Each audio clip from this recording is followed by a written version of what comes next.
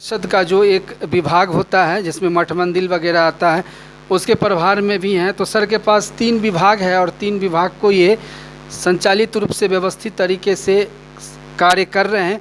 अभी मैं वर्तमान में 2-3 सवाल इनसे रिगार्ड में करूंगा जो अल्पसंख्यक कल्याण विभाग से संबंधित है।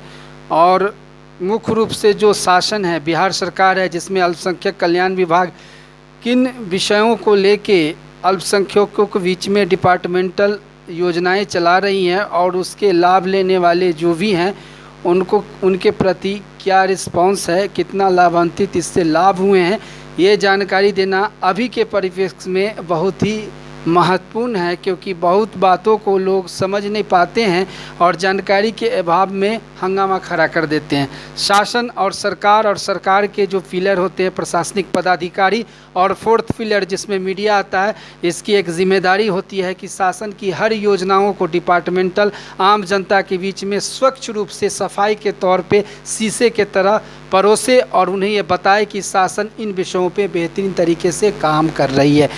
रजनीश कुमार राय नाम हुआ इनका। सर, आपसे जानना चाहेंगे कि जो अल्पसंख्यक कल्याण विभाग हैं, इनके बहुत सारे योजनाएं हैं, लेकिन प्रमुखता के साथ 3-4 योजनाएं ऐसे हैं जिनको आप बताना चाहेंगे और इससे जो लाभान्वित लोग हैं इनके बीच में क्या रिस्पांस है, ये बताने जा रहे हैं और आपसे जानना जा रहे हैं। जी, सभी को नमस्कार।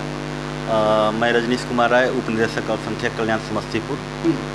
यहाँ अल्पसंख्यक कल्याण की बहुत सारी योजनाएं हैं जिनका लोगों में जानकारी का अभाव है।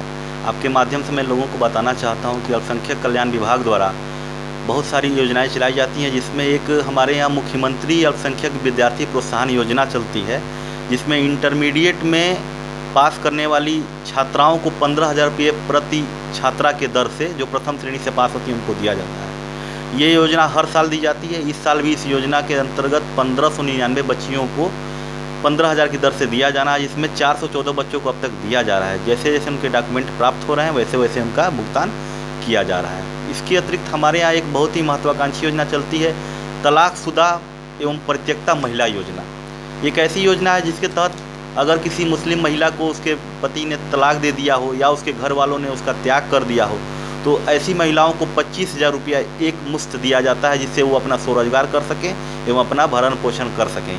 ये राशि उनको लौटानी नहीं है, लेकिन उनको स्वरोजगार के लिए ये आर्थिक मदद दी जाती है। इसके अतिरिक्त हमारे यहाँ एक अभी हाल ही में समस्तीपुर में मॉडल स्कूल इंटर विद्यालय परिसर में एक छात्रावास खुला है, जिसमें 100 बेड की क्षमता है। उसमें बच्चों को रहने के लिए अत्याधुनिक सुविधाएँ, जिसमें बेड मिलेगा, उनको अलमीरा मिलेगा, उसमें आपको ये कंप्यूटर मिलेगा, लाइब्रेरी मिलेगा और सारी सुविधाएं वहाँ बच्चों को पढ़ने के लिए उपलब्ध हैं।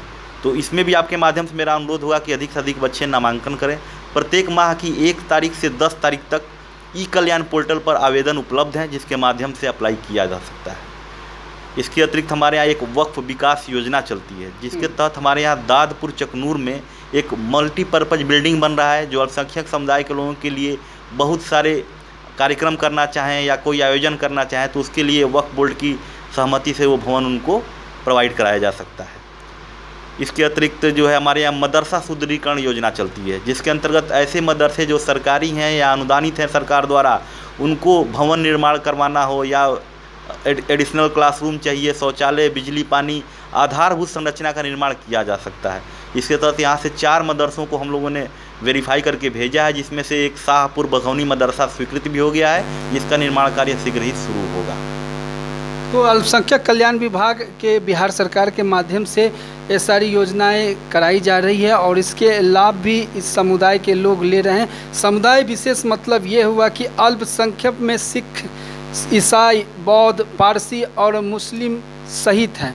तो इनको समाज के मुख्य धारा से जोड़ने की जो सरकार की महत्वाकांक्षी योजना है, इसमें शासक और शासन के जो अधिकारी हैं उनकी अहम भूमिका रहती है। जैसा सर ने बताया कि इन सभी चीज़ों को करने जा रहे हैं और ये बहुत ही महत्वपूर्ण योजना है। इसको लोग समझते नहीं हैं और झूठ मूठ के इस पर सियासत, राजनीति, वोट बैंक और बहुत सारी बातों को करते हैं, लेकिन सरकार इसके लिए कितनी जिम्मेदार है ये इसके अलावा भी बहुत सारी योजना है, लेकिन प्रमुखता के साथ ये 4-5 योजनाओं को समझना अति आवश्यक है अभी के वर्तमान परिवेश में।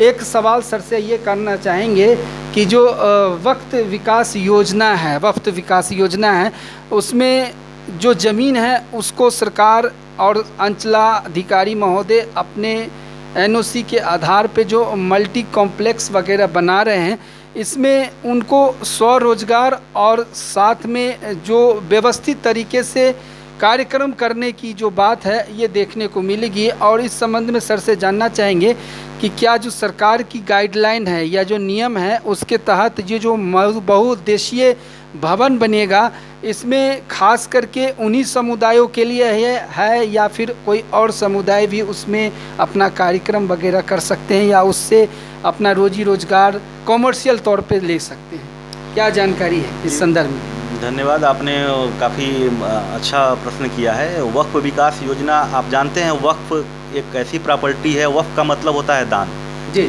ये अल्पसंख्यक समुदाय, मुस्लिम समुदाय के लोगों ने जो दान किया हुआ भूमि है, और वक्फ का कई सारा क्राइटेरिया है जिसमें वक्फ बाई यूजर भी होता है, वक्फ का अलल औलाद होता है, वक्फ हिस्बिल्लाह होता है।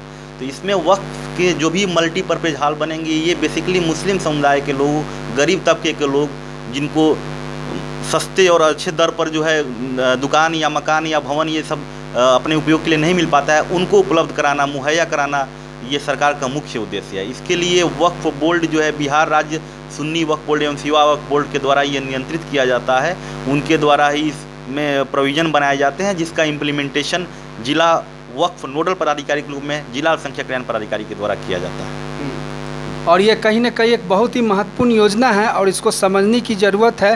हालांकि इस पर सियासत कम, राजनीति कम, और जो इसकी उपयोगिता है उसको समझने की ज़रूरत है। सहयोगी रणवीर के साथ परवीन कुमार, सुदर्शन न्यूज़, समस्तीपुर।